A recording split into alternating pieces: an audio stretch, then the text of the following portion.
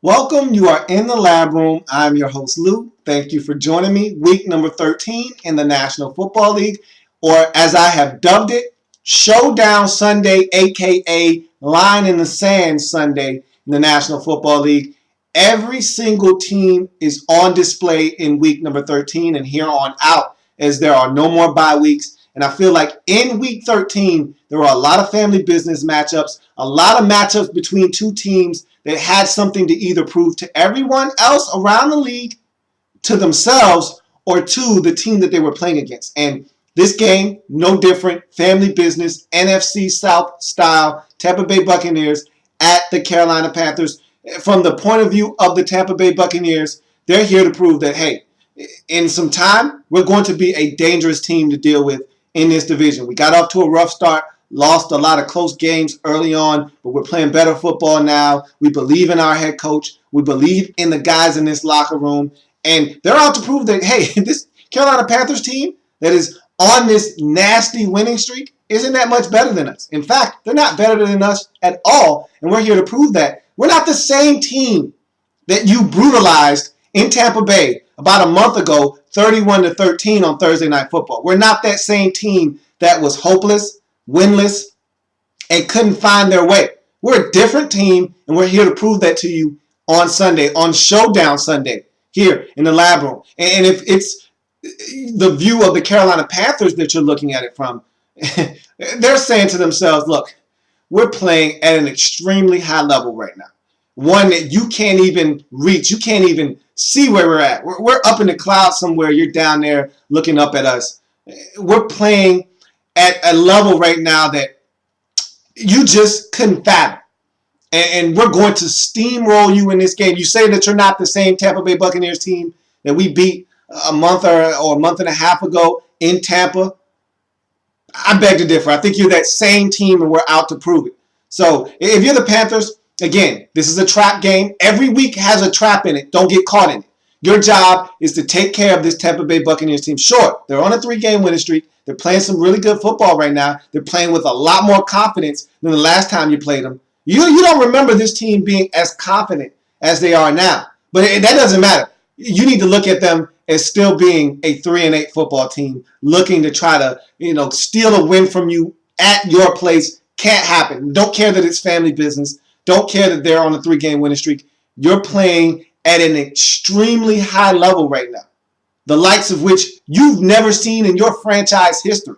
You've won games, you've went to the Super Bowl, but you've never been on an 8-game winning streak before. And so if you're the Carolina Panthers, you got to go into this game. You cannot allow the Buccaneers to stop this momentum that you have going into that huge Sunday night football matchup against the New Orleans Saints that could be for first place in this division. You got to win this football game.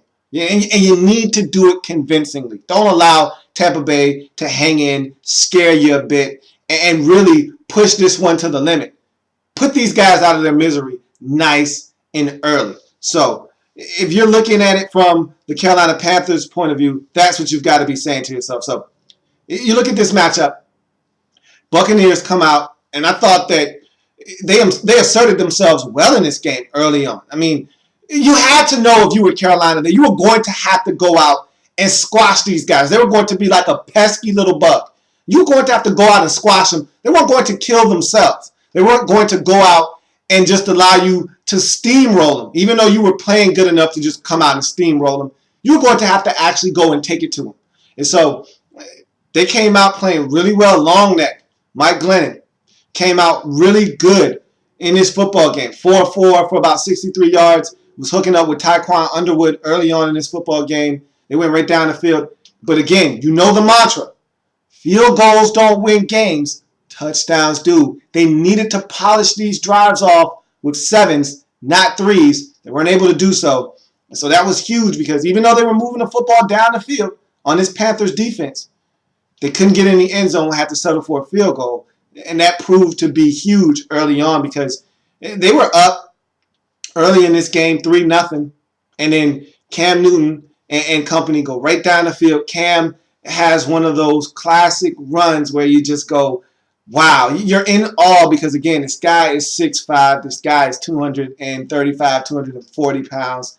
and this guy's still able to run a 4.6 40. And you just marvel at the things that he can do on a football field. Not only does he have a laser cannon right arm, but the guy can move. He's athletic. He's a load to bring down, and he can run. He's got speed, and if he gets to build it up, he's one of those guys that he's a build-up runner. And if he gets to build up speed and momentum, look out. He's a hard guy to bring down. And sure enough, play breaks down. He gets a little lane.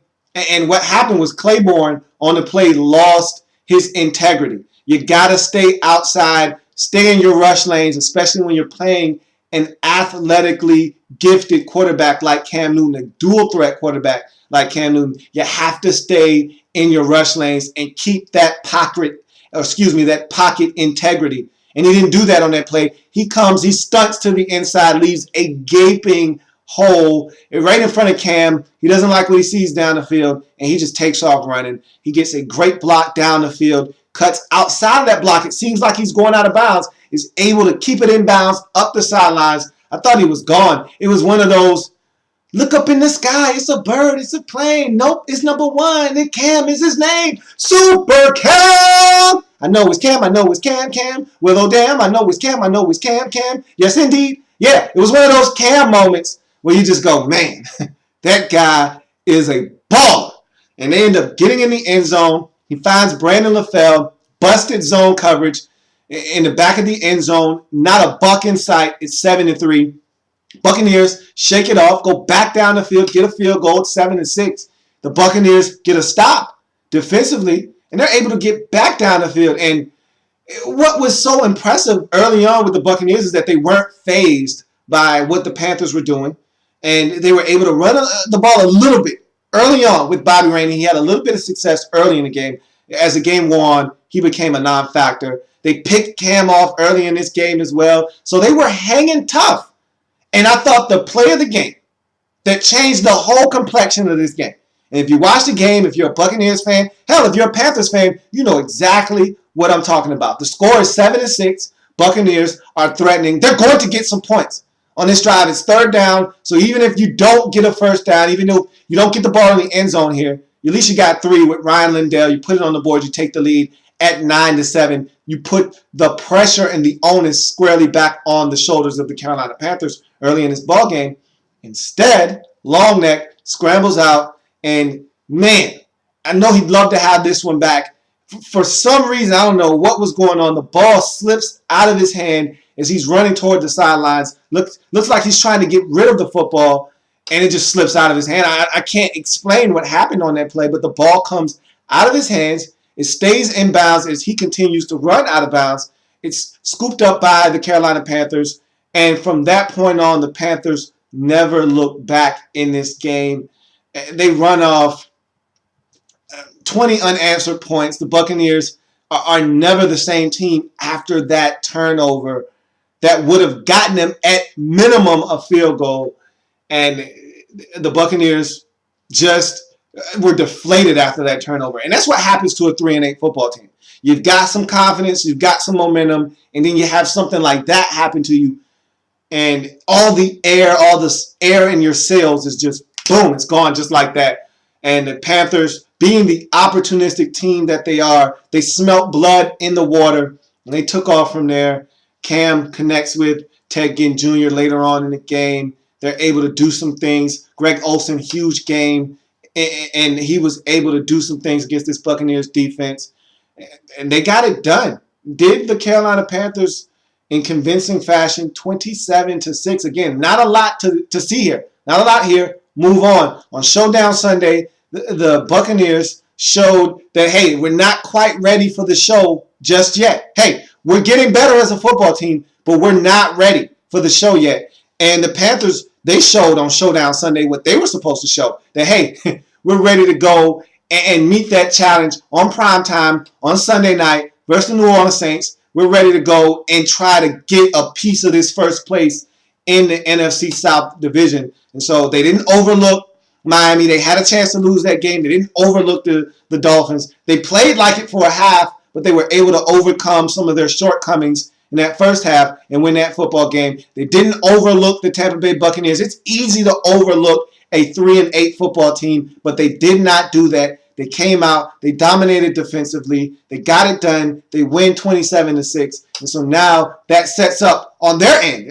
They can't speak for what happens to the Saints on Monday night, but on their end, they've taken care of their business. Now they're ready for that Sunday night showdown in the Bayou against the New Orleans Saints in the Mercedes-Benz Superdome. So that's going to be a huge matchup for the Panthers, probably their biggest regular season game in over a decade, easily. And so the games don't get any easier, and the magnitude of each and every single game as this season progresses is just going to get bigger and bigger and bigger if you're Carolina. And so this next game is the biggest game. The game after that will be the next biggest game, and you just got to continue to rev it up each and every week, and you got to hope that Charles Johnson is ready to go in that football game, as well as D'Angelo Williams. Get everybody back and be ready to go in that next football game, because that's going to be a huge one with huge playoff implications. And you're not out of the woods yet in the NFC wildcard picture either. As good as you're playing, there's still teams breathing down your neck, including a team that beat you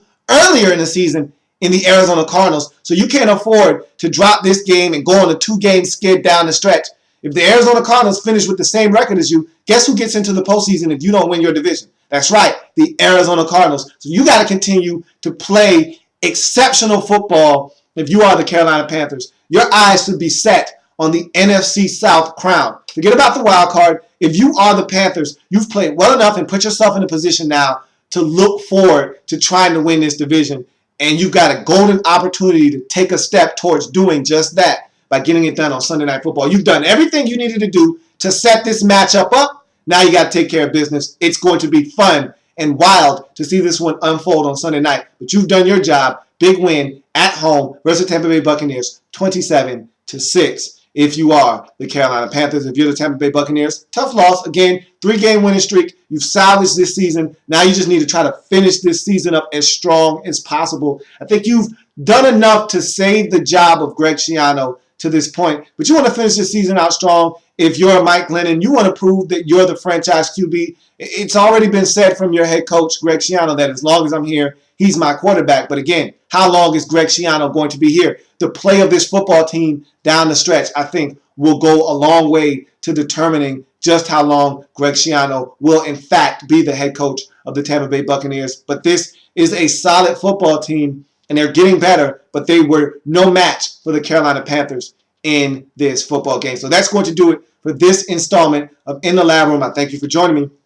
If it happens in the National Football League, whether big or small, we cover it all here in the Lab Room. Thank you for joining me here on this Week 13 edition of In the Lab Room, a.k.a. Showdown Sunday. I've got plenty more matchups to break down. Don't you go anywhere as I continue to break down all the action from Showdown Sunday in Week 13 of the National Football League.